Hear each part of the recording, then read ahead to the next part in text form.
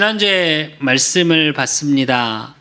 정말 우리가 바꿔야 될 생각, 또 우리가 바꿔야 되는 삶을 통해서 하나님은 하나님의 일들을 이루어 가시는 주의 뜻이 이루어져 가는 응답 속에 있는 저와 여러분.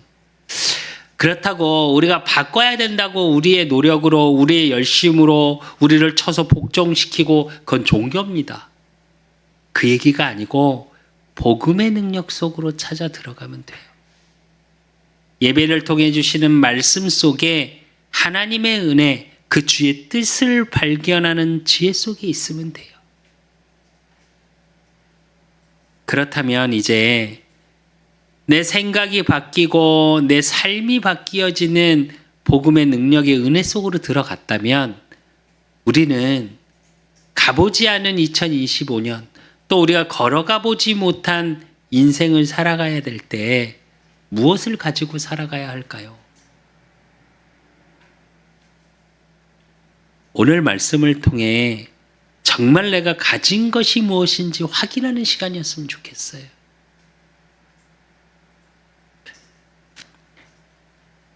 많은 사람들은 환난이 오고 문제가 오고 사건이 오고 위기가 오면 방법을 찾아갑니다. 이걸 어떻게 해결해야지. 또 주변에서도 사람들이 이야기합니다. 야, 그렇게 가만히 있으면 어떻게 방법을 찾아야지. 그렇게 방법을 찾고 사람을 찾고 이걸 해결해 줄 수 있는 사람을 찾고 또 한편은 어떤 사람이 있냐? 방법을 찾아보는데 잘 안 돼.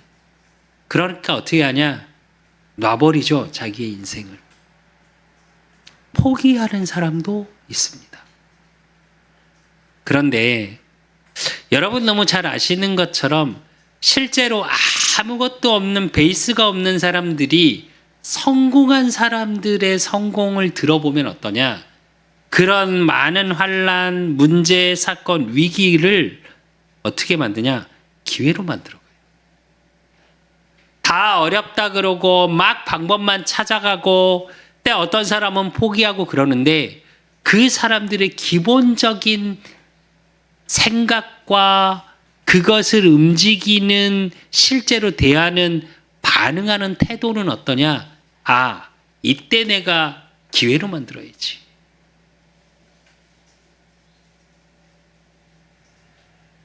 근데 저는 그런 생각을 조금 해봤습니다. 세상을 살아가는 사람도 그렇게 살아가요. 아무것도 없는 사람도 그렇게 살아가요. 얼마 전에 책을 한 권 읽었는데 그 책 속에서 뭐라 그러냐 이렇게 얘기하더라고요. 대부분 성공한 사람들, 또 세상에 우리가 얘기하는 정말 세상의 부자들은 어떻게 하냐? 생각이 다르대요. 가진 게 다른 게 아니래요. 생각이 다르고 무언가를 대하는 태도가 다른 거래요. 어떻게 다르냐? 첫째가 뭐냐? 이거예요. 문제, 사건, 위기가 왔을 때 생각하고 반응하는 태도가 다르대요. 실패하는 사람들의 특징, 인생을 어렵게 사는 사람들의 특징은 어떻게 하면서 방법을 찾는데요. 그런데 성공한 사람들은 어떻게 하냐? 아, 이걸 통해서 내가 가질 수 있는 게 뭐지? 한 사람이 한 방송에서 인터뷰를 하면서 그렇게 이야기를 하더라고요. 내가 헤맨 만큼 그것이 나의 영역이 되더라. 이렇게 표현하더라고요. 무슨 말이냐? 실패하고 좌절하고 문제 오고 사건 속에 막 헤맸대요. 근데 막 헤매봤던 그 시간들이 나중엔 나에게 다 발판이 되더라. 무슨 말이냐? 대하는 태도가 달라요. 그렇다면 여러분, 복음 가졌다고 우리가 얘기하고 하나님이 나와 함께 하신다는 하나님의 자녀들은 어떨까요? 여러분은 어떠세요? 우리가 소위 말하는 세상에서 성공했던 사람들은 그렇대요. 그렇다면 여러분은 환란이 오고 문제가 오고 사건이 오고 위기 속에 있을 때 어떠세요? 오늘 사도행전 11장은 안디옥 교회를 세워지고 안디옥 교회가 첫 선교사를 파송하는 장면이에요. 그래서 전도 중심으로 보면 안디옥 교회가 생겨나고 선교에 대한 응답을 누렸던 교회를 이야기하죠. 그런데 그 선교의 시작의 비밀은 어디 속에 있었냐? 우리가 봤던 사도행전 7장에 스데반의 환난 때문에 일어난 거예요. 우리는 어떤 문제 오고 사건 오고 위기 오면 여러분은 어떠세요?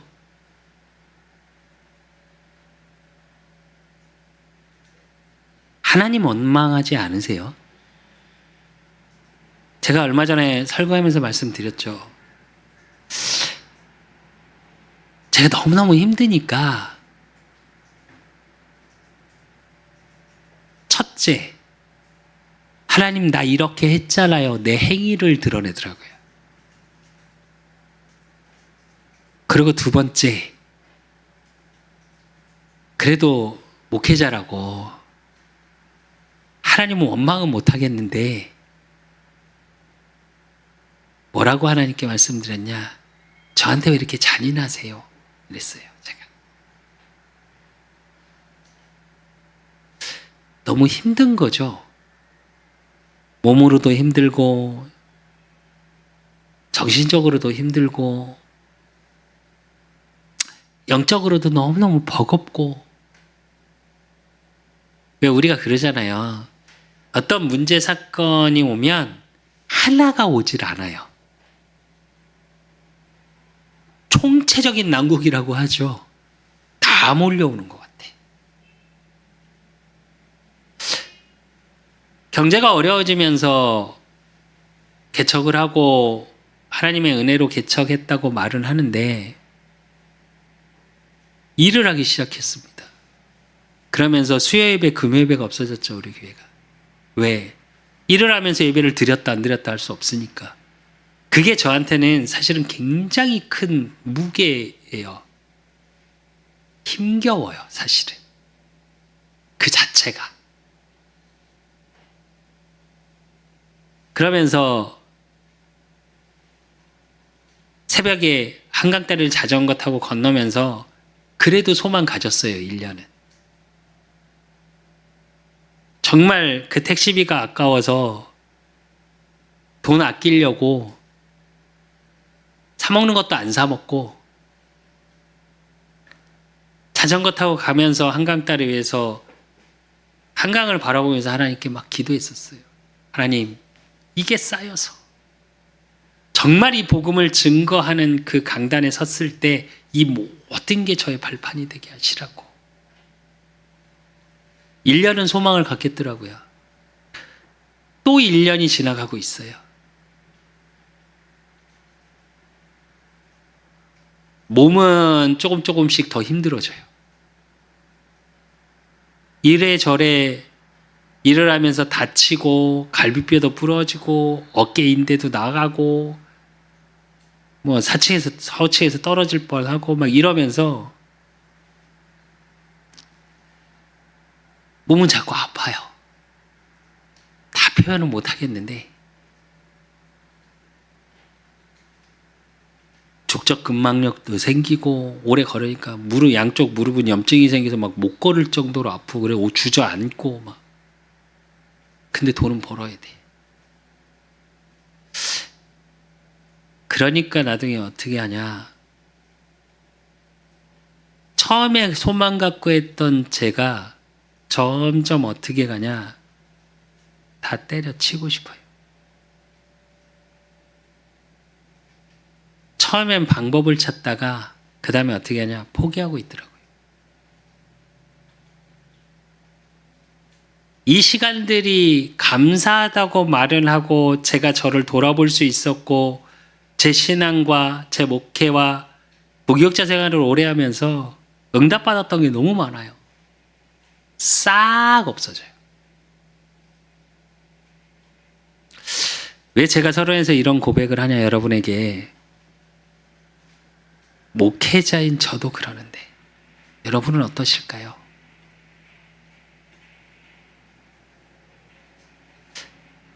우리는 견디질 못하는 것 같아요. 근데 그 수준은 하나님이 너무 잘 아세요. 그래서 우리가 무엇을 가져야 될지 분명히 알고 있다면, 또 그걸 하나님 앞에 고백할 수 있다면 포기하거나 방법을 찾거나 원망하진 않겠죠. 또 하나님을 원망하는 그 속에 베이스에 뭐가 깔리는지 아십니까? 방법을 찾다 보면 사람 찾습니다. 하나님 찾는 게 아니에요. 하나님 바라보는 게 아니라 사람 바라봐요. 누가 나 좀 도와주지 않나? 누가 좀 이렇게 되면 좋겠는데.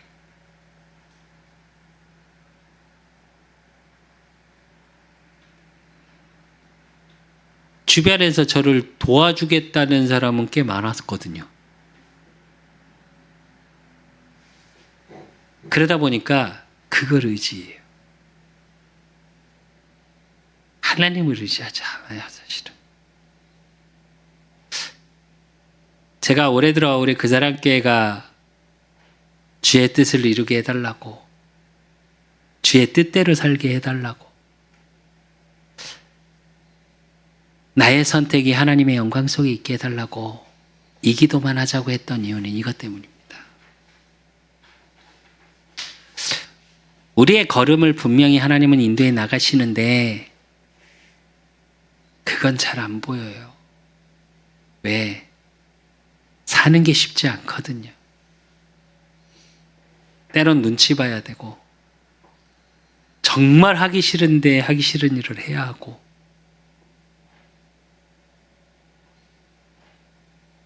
여러분은 어떠십니까? 무엇을 가지고 살아가고 계세요?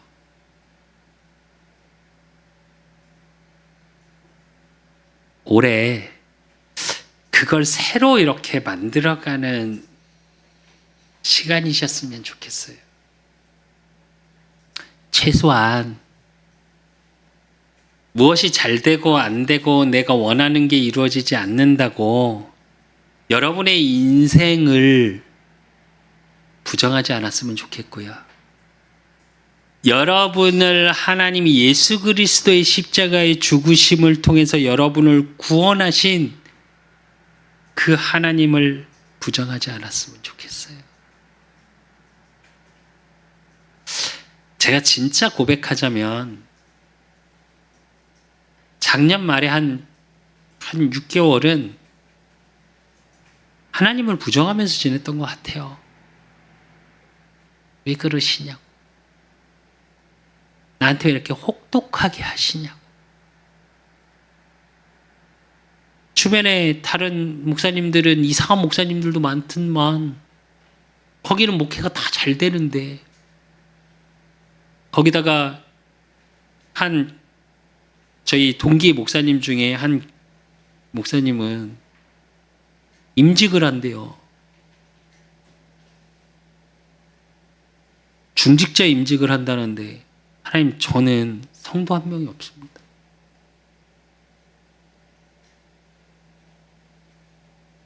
우리 아들들도 다 예배를 안 나와요, 하나님. 제가 뭘 잘못하고 있습니까?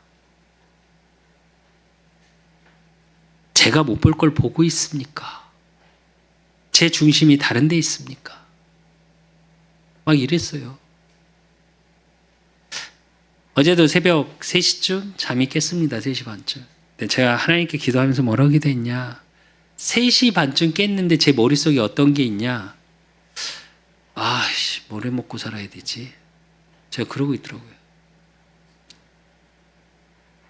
언제부턴가 제 목회에 대한 꿈을 꾸고 기도하는 게 사라져가요.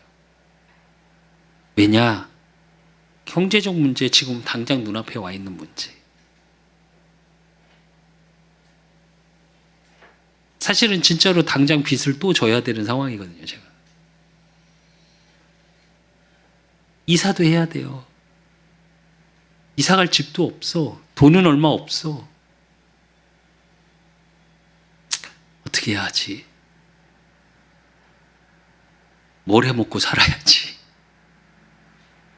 저 목회자라니까요.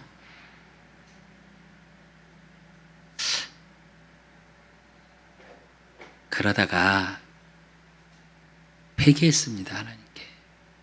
하나님, 진짜 주님의 뜻이 어디에 있으십니까? 저를 향한. 제가 주님의 뜻대로 살기 위해선 나를 향한 주님의 뜻이 어디에 있고 우리 그 사람 교회를 향한 주님의 뜻이 어디 있는지 깨닫게 하십시오. 그리고 무엇을 먹을까, 무엇을 마실까, 분명히 이것은 하나님 없는 사람들이 구하는 거라고 그랬거든요. 너희는 먼저 그의 나라와 의를 구하라 하셨거든요. 제 목회를 먼저 꿈꾸게 하십시오. 다시.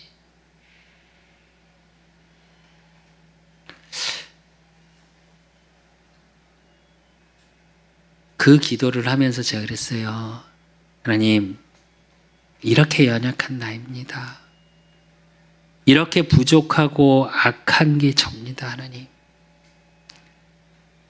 성경에서 말하는 악은 하나님 없다 하는 거거든요.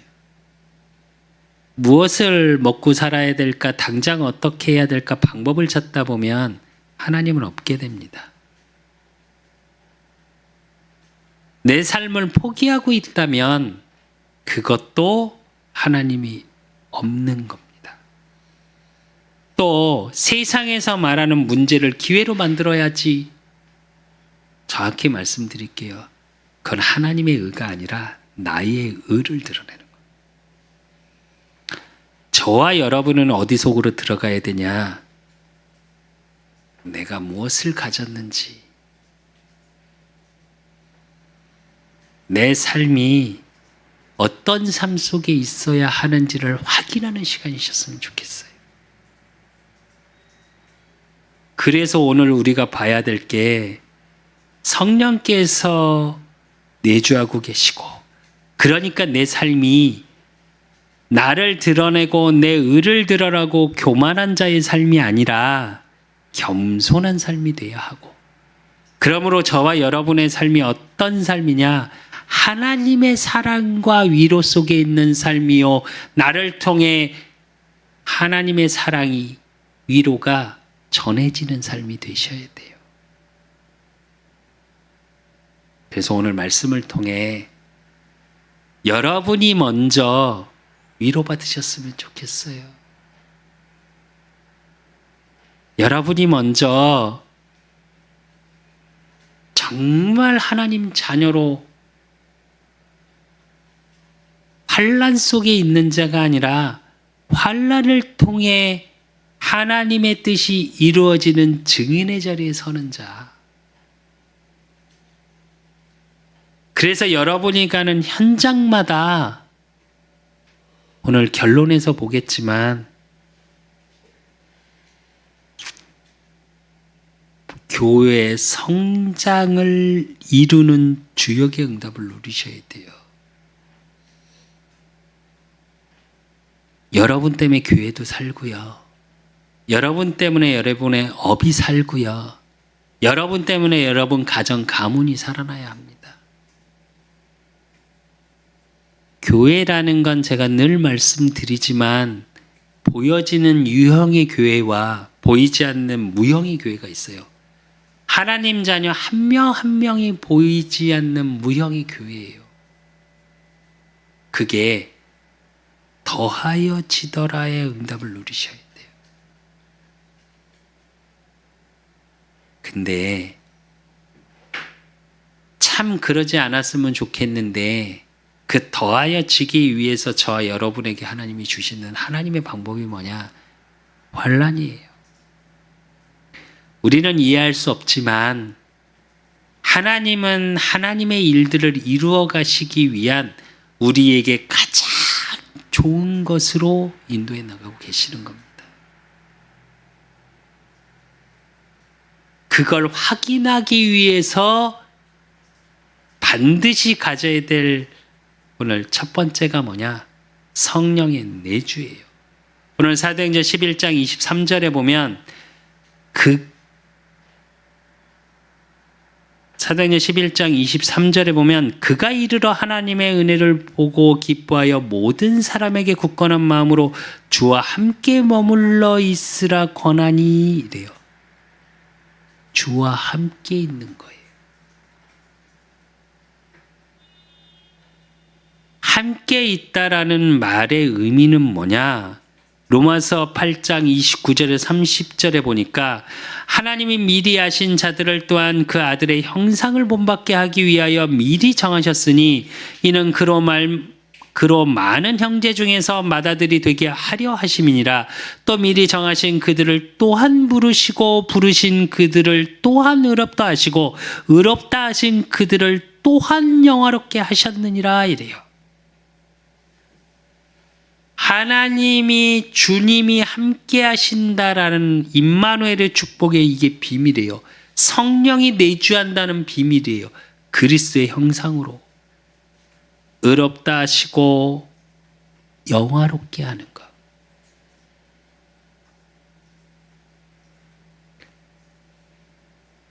로마서 6장 10절에서 11절에 보니까 그가 죽으심은 죄에 대하여 단번에 죽으심이요 그가 살아계심은 하나님께 대하여 살아계심이니 이와 같이 너희도 너희 자신을 죄에 대하여 죽은 자요 그리스도 예수 안에서 하나님께 대하여 살아있는 자로 여길지어다 이래요. 성령 내주가 없다면 죽은 자랍니다. 근데 우리가 가져야 되는 건 뭐냐? 살아있는 자의 축복을 누리셔야 돼요. 생명 가진 자. 그래서 저와 여러분은 성령의 내주라는 반드시 가져야 될 것 속에 뭐가 있어야 되냐? 생명력. 생명이 움직이는 힘이 있으셔야 돼요, 여러분. 그 힘을 잃지 마십시오. 여러분의 생각이 죽으면 안 되고요. 그러므로 여러분의 생각이 죽으면 행동도 죽어요. 생각이 생명력이 있고 영혼의 생명력이 있다면 생각의 생명력이 있고 삶의 행동의 생명력이 있어요. 이게 여러분이 가져야 될 첫째예요. 하나님이 나와 함께 하시. 고린도후서 5장 17절에서 19절에 보니까 그런즉 누구든지 그리스도 안에 있으면 새로운 피조물이라 이전 것은 지나갔으니 보라 새 것이 되었도다. 모든 것이 하나님께로 났으며 그가 그리스도로 말미암아 우리를 자기와 화목하게 하시고 또 우리에게 화목하게 하는 직분을 주셨으니 곧 하나님께서 그리스도 안에 계시사 세상을 자기와 화목하게 하시며 그들의 죄를 그들에게 돌리지 아니하시고 화목하게 하는 말씀을 우리에게 부탁하셨느니라 이래요. 성령이 내주했다는 건 저와 여러분이 새로운 생명을 가졌다는 거예요. 새로운 생명을 가졌다는 건 뭐냐? 하나님과 화목하게 하는 그리스도 예수 안에 있는 축복, 이미 그 직분을 받은 자인 거예요. 그 직분을 받은 자는 어떻게 해요? 화목하게 하는 말씀을 우리에게 부탁하셨대요. 무슨 말일까요? 예수가 그리스도 되심을, 그리스도를 이 땅에 보내셔야 되는 분명한 이유, 창세기 3장의 원죄 속에 있는 인간들에 대한 창세기 3장 15절에 대한 답, 그 복음의 말씀을 전하는 것.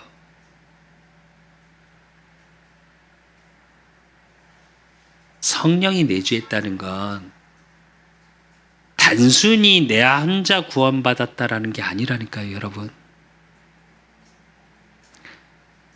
창세기 1장에 창조의 축복 속으로, 재창조의 축복 속으로, 예수 그리스도로 말미암아 재창조의 축복 속으로 들어갔다는 얘기라니까요.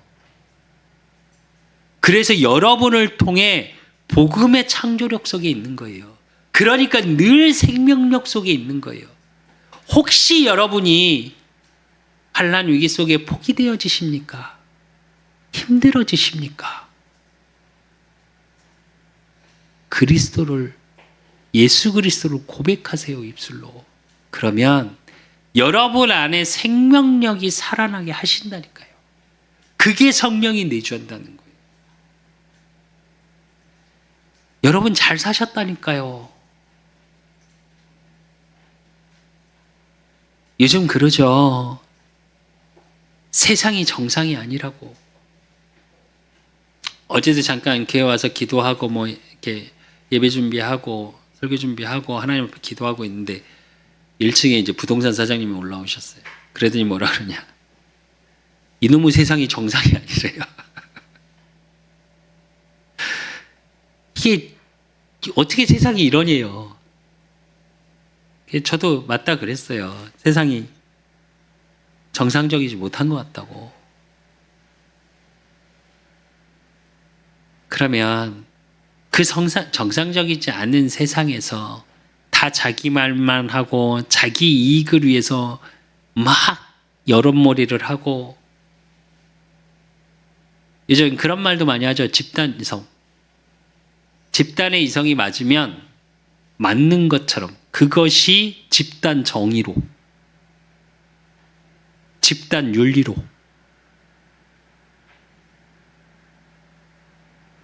진짜 맞고 안 맞고가 중요한 게 아니라 많은 사람이 그렇게 생각하면 그게 마치 정의인 것처럼, 그게 집단 이성인 것처럼. 그런데 그 집단 이성과 집단 정의를 만들어가는 기준이 뭐냐?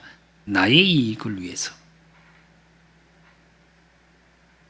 더 그런 건 그것 때문에 또 싸워요. 늘 분쟁이 끊이지 않아. 화목하질 않다니까요.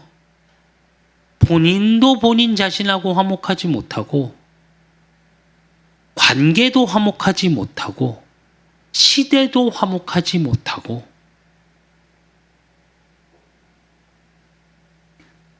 부부도 화목하지 못하고, 자녀와 부모의 관계도 화목하지 못해요.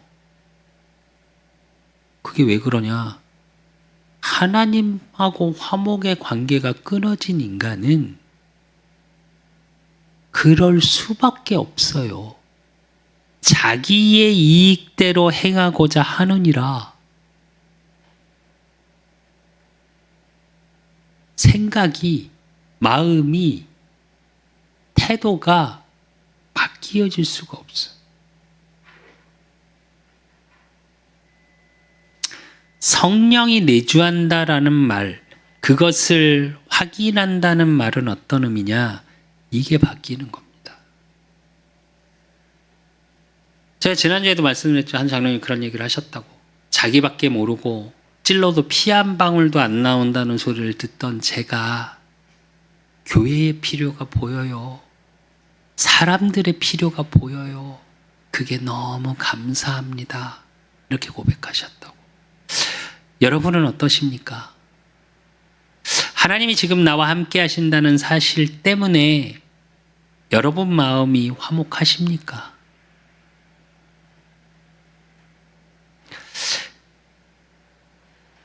한 번은, 지난주에는 진짜 내가 바꿔야 될 것이 무엇인지 점검하셨다면 이번 주는 확인하십시오.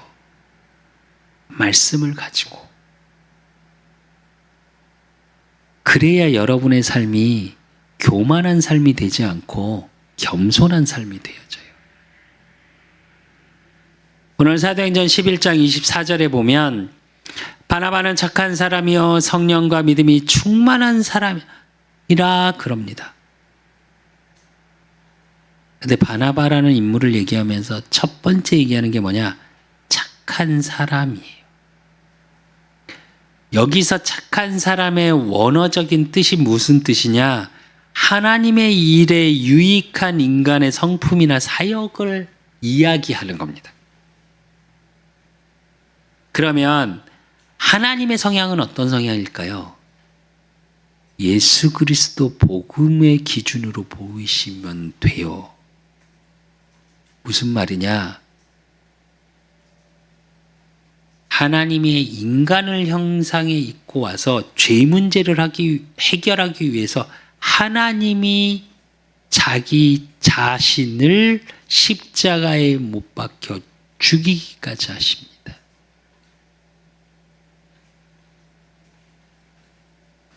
얼마나 더 낮아져야 할까요? 여호와 하나님 스스로 계신 자께서 성자 하나님 예수 그리스도를 통해 십자가의 대신 피 흘림으로 자기를 낮아지게 하시면서 인간의 죄를 사하셨어요.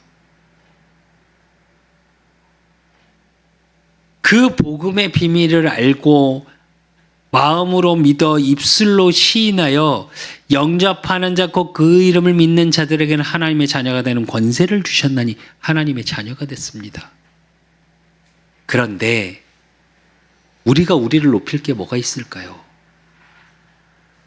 제가 말씀을 준비하면서 제가 조금 하나님 앞에 정말 회개한 것 중에 하나가 뭐냐면 모든 인간은 인정욕구라는 게 있습니다. 인정받고 싶은 거예요. 사람한테, 상황에.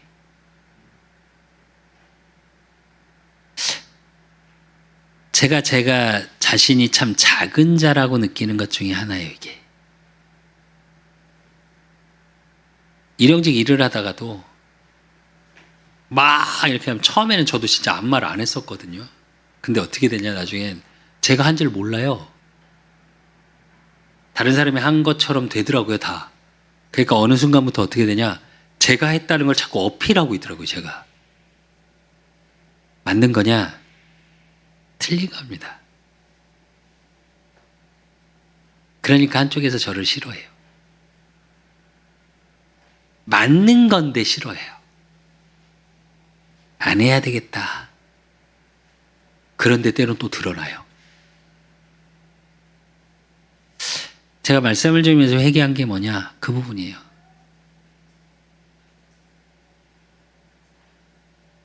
그래서 예수님 말씀하십니다. 누가복음 14장 11절에 무릇 자기를 높이는 자는 낮아지고 자기를 낮추는 자는 높이리라. 그런데 나를 낮추라는 기준이 뭐냐? 야고보서 4장 10절 주 앞에서 낮추라 그리하면 주께서 너희를 높이시리라 이래요. 하나님 앞에서 낮추셔야 돼요.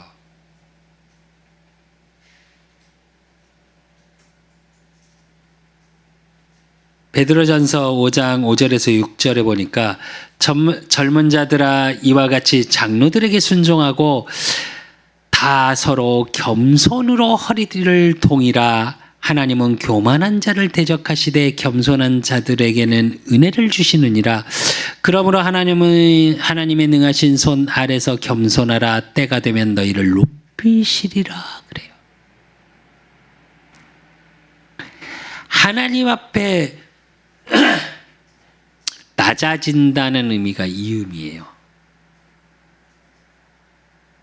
하나님 앞에서 주 안에서 나를 낮추면 사람 앞에서도 나를 높이려고 하지 않아요. 시대는 어떤 시대냐? 나를 높이는 시대, 자신을 어필하는 시대라고 이야기를 합니다. 그런데 정말 이상한 건 뭔지 아십니까? 실제적으로 전 세계적으로 흐름을 보고 시대의 흐름을 보면 시대가 정말로 발전했던 시기, 어려운 시기에서 발전했던 시기의 사람들은 우리가 소위 말하는 영웅이라고 말하고 위인이라고 말했던 사람들은 자신을 높여본 적이 없어요. 자신의 의를 드러낸 적이 없어요. 시대가 이상해지면서 점점 뭐라고 얘기하냐? 자신을 드러내래요. 자신을 드러내지 않던 시대에는 자존감과 자기의 정체성이 분명했습니다. 그런데 자신을 드러내고 자신을 어필하라고 하는 이 시대는 어떤 시대냐? 자존감이 없는 시대요. 정체성이 없는 시대예요.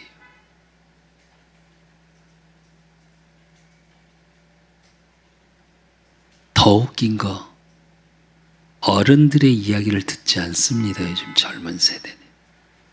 우리가 소위 말하는 MZ, 또 그 밑에 세대를 이야기를 하죠. 그런데 MZ의 특징이 뭔지 아십니까? 다른 사람의 말을 안 들어요.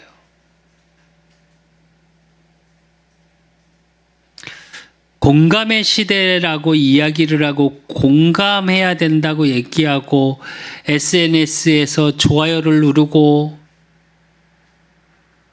서로의 공감을 이야기하는데 정말 이상한 건요. 눈을 보고 대화를 나누면서는 공감이 없는 시대예요. 어느 정도냐? 가족끼리도 서로 각자 방 안에 들어가서 카톡으로 밥 먹으러 나오라고 이야기하는 시대. 가족끼리 앉아서 친한 친구와 앉아서 서로 사랑하는 연인이 앉아서 밥을 먹는데 스마트폰만 바라보는 시대. 그래서 대화가 끊긴 시대.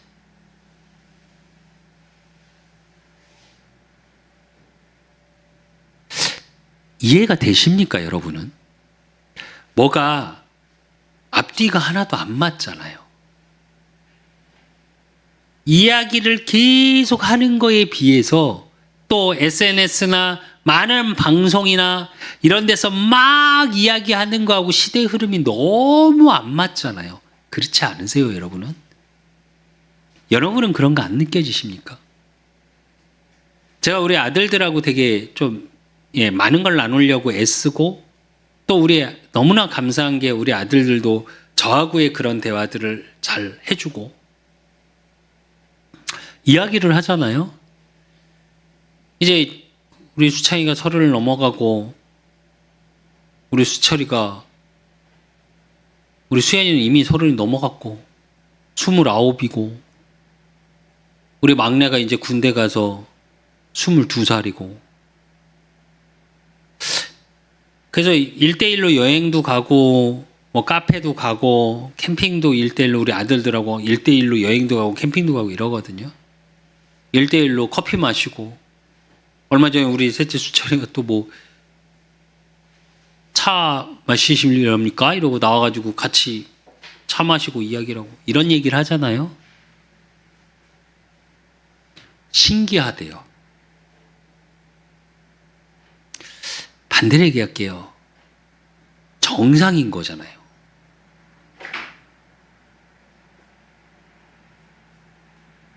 아닌가요?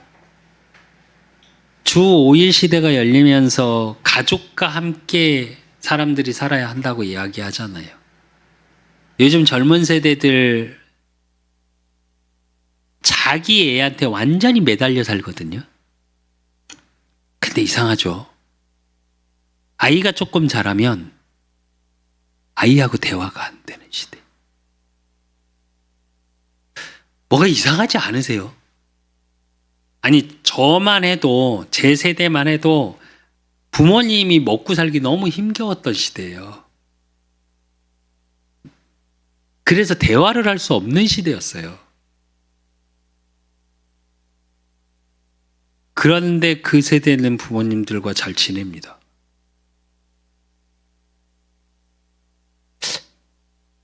왜 제가 이런 얘기를 하냐?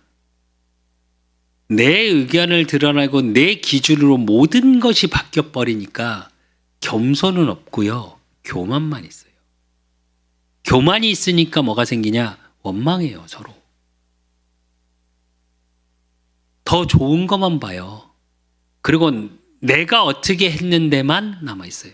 겸손은 없어요. 최소한 성령께서 내주하신 그것을 반드시 가지고 살아가신다면 여러분은 교만할 필요가 없어요. 하나님이 높이신대요. 하나님 앞에서 하면 된대요. 그래서 세 번째로 사랑과 위로를 가진 삶의 축복을 누리셔야 돼요. 오늘 24절에서 26절에 보니까 바나바는 착한 사람이요 성령과 믿음이 충만한 사람이라 이에 큰 무리가 주께 더하여지더라. 바나바가 사울을 찾으러 다소에 가서 만남에 안디옥에 데리고 와서 둘이 교회에 1년간 모여 있어 큰 무리를 가르쳤고 제자들이 안디옥에서 비로소 그리스도인이라 일컬음을 받게 되었더라. 이래요. 정말 중요한 말씀이 뭐냐? 그리스도인이라 일컬음을 받게 되었더라예요.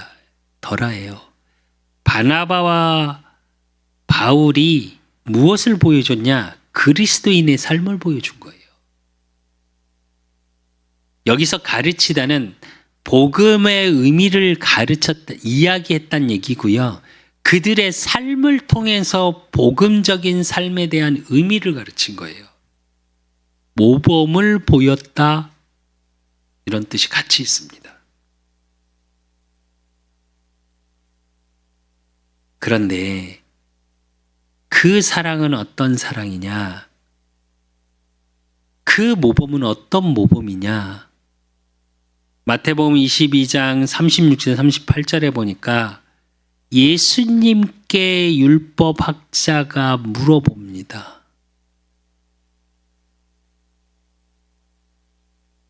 어떤 계명, 어떤 율법이 제일 큰 겁니까? 이러고 물어봐요. 이 당시에 율법학자는 유대인은 어떤 거냐? 구약을 달달 외워요. 여러분 구약 성경 구절 몇 구절이나 외우십니까? 구약 전체를 외운다니까요. 그런데 그렇게 율법학자가 예수님께 찾아와서 뭐라고 질문하냐? 그 율법의 계명 중에 첫째가 뭐예요? 이러고 물어봐요. 그러니까 예수님이 대답하세요. 선생님이 율법 중에 어느 계명이 크니까? 이래요. 예수께서 이르시되 내 마음을 다하고 목숨을 다하고 뜻을 다하여 주 너희 하나님을 사랑하라 하셨으니 이것이 크고 첫째 되는 계명이요. 이래요. 하나님을 사랑하십시오.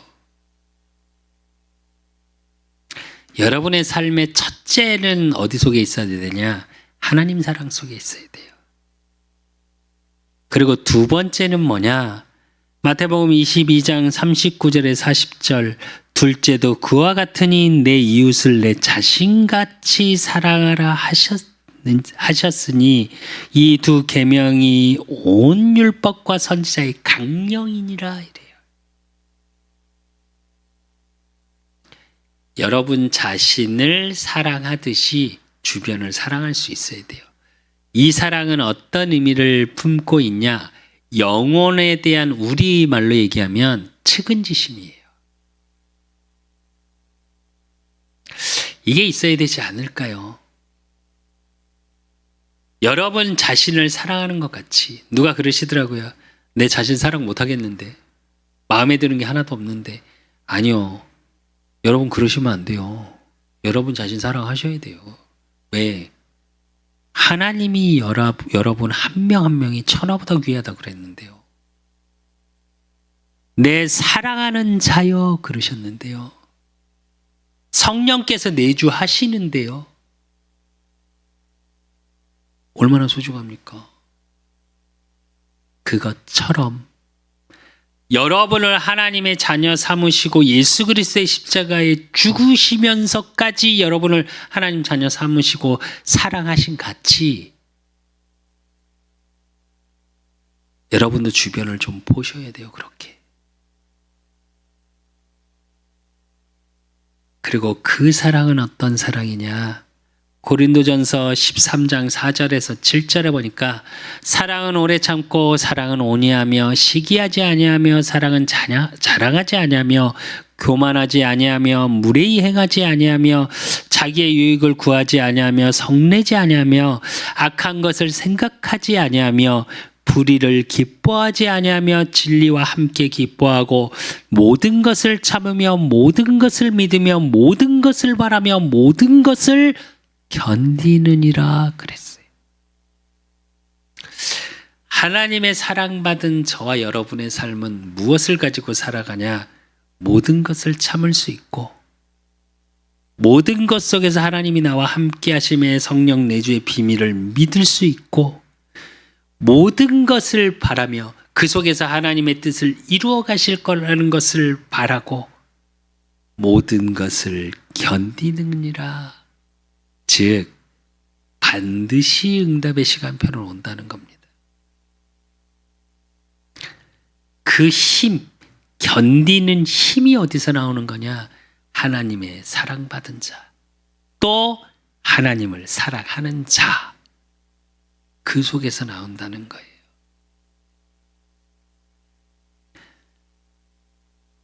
그래서 여러분 2025년 또 여러분의 인생 전체를 살아가시면서 반드시 가져야 될 게 뭐냐? 여러분의 모든 것 속에서 성령 내주 임마누엘 축복을 누리시고요.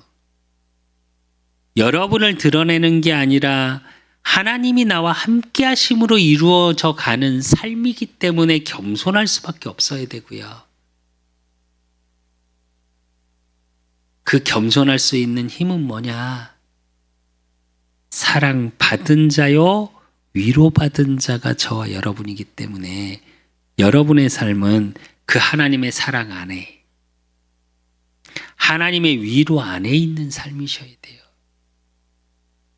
그래서 사도 바울은 계속 서신서에 뭐라고 제일 많이 나오냐? 주 안에서 그리스도 예수 안에 내가 십자가에 못 박혔나니 이제 내가 사는 것이 아니요. 그래놓고 뭐라고 얘기하냐? 내 안에 계신 그리스도의 힘으로, 능으로. 그러니까 내가 달려갈 길 뭐라고요? 주 예수께 받은 사명, 표대를 향하여. 이런 고백들이 계속 나오는 거예요. 정말 반드시 가져야 될 거, 내가 주 안에, 주가 가서 내 안에, 그걸 누리십시오. 그래서 결론으로 오늘 사도행전 11장 24절의 말씀처럼 바나바와 같은 축복을 누리십시오. 바나바는 착한 사람이요. 아까 이야기했죠. 착한 사람의 의미가 뭐라고요? 하나님의 일에 유익한 인간의 성품이나 사역 이랬어요. 이게 원어적인 뜻입니다. 무슨 말이냐? 하나님 일에 유익한 하나님의 뜻, 성품, 뭔지 너무 잘 아시죠? 나의 업이, 나의 삶이, 나의 인생이 이 속에 있는 거예요. 그냥 하나님의 일에. 그러면서 뭐라고 얘기하냐? 바나바가 성령과 믿음이 충만한 사람이요. 성령과 믿음이 충만하다라는 얘기는 뭐냐? 하나님의 완전한 지배를 받는 삶이에요. 이게 원어적인 뜻입니다.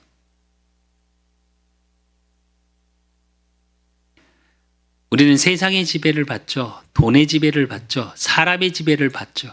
아니요. 하나님의 완전한 지배를 받는 삶의 축복 속으로 들어가십시오.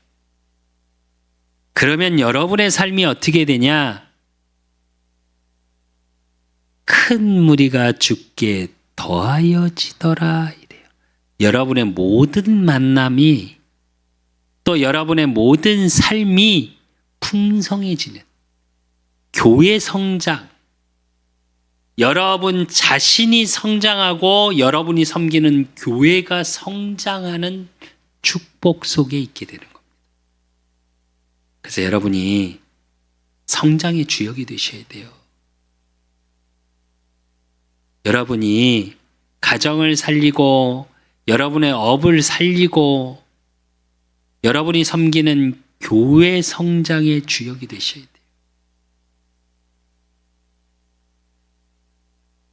그래서 저와 여러분 2025년 또 여러분의 인생 전체에 반드시 가져야 될 것이 무엇인지, 그래서 어떤 환난, 문제, 사건, 위기 속에서도 세상이 말하는 기회가 아닌 하나님이 내게 주신 축복에 대한 증인으로 살아가시는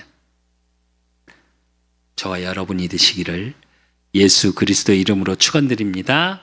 하나님 아버지 감사합니다. 우리 그 사람 교회 모든 성도들 진짜 이제 모든 인생 속에, 남아있는 인생 속에 내가 반드시 가지고 살아가야 될 것이 무엇인지 알아가는, 그래서 하나님이 성령으로 나 안에 내주하시고 함께 하시고, 그러므로 나를 드러내는 게 아니라 내 삶이 겸손할 수밖에 없는 삶이요, 그러므로 하나님의 사랑받은 자로, 또 그 하나님의 사랑을 전하는 자로, 그래서 착한 사람이요, 성령과 믿음이 충만한 사람이요, 더하여지더라의 축복의 증인이 될 수 있도록 하나님이 축복하시고 인도하시고 역사해 주실 줄 믿사옵고, 살아계신 예수 그리스도 이름으로 감사함으로 기도드리옵나이다. 모든 문제 해결자 되신 우리 주 예수 그리스도의 은혜와 우리 하나님 아버지의 극진하신 사랑하심과 성령님의 유통 역사하심이 반드시 가지고 살아가야 되는 하나님이 내게 주신 그 복음의 사랑의 축복을 누리고 증거하기를 소원하는 우리 그 사람께 모든 성도들 머리 위에, 저들의 가정과 업과 모든 만남 위에 이제로부터 영원까지 항상 함께 있을지어다. 아멘.